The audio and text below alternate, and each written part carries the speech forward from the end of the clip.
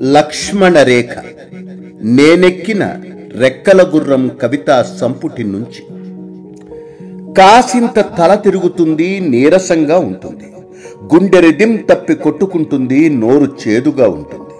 కళ్ళు మండుతాయి, గొంతు ఎండిపోతుంది. అరిచేతుల్లో చెమట చిరాకు పుట్టిస్తుంది. మెడో నడుమో మడమో మోకాలో ఎక్కడో కలుక్కుమన్నట్లుంటుంది, నొప్పిగా ఉంటుంది.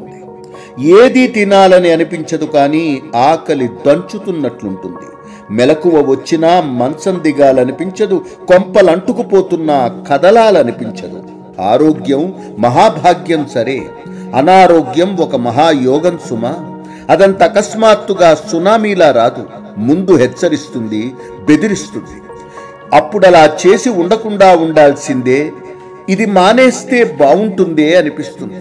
ఆరోగ్య సిద్ధాంతాల ఛానల్ ప్రబోధాలు మన కోసమే ప్రసారమవుతున్నట్లుంటాయి. అడగకపోయినా సలహాలు వెల్లువలవుతాయి. ఏది శృతి మించిందో, ఏది అపశృతో పనికట్టును నీకు తెలియజేస్తున్నట్లుంటుంది. అనారోగ్యం ఒక సుభాషితం, నీతి సూక్తం. అంతరాత్మ నీకు నేర్పించడానికి ప్రయత్నిస్తున్న గుణపాఠం. దాని మాటను బేఖాతరు చేస్తున్నావు, తస్మాత్ జాగ్రత్త. రోగం విరాట స్వరూపం ధరించకముందే మేలుకో. వ్యసనాలు మానుకో, అలవాట్లు మార్చుకో, కోలుకో. భోగంలా కనిపించే మాయరోగం దశకంఠుడు. అనారోగ్యం లక్ష్మణ రేఖ గీస్తోంది, గీత దాటకు.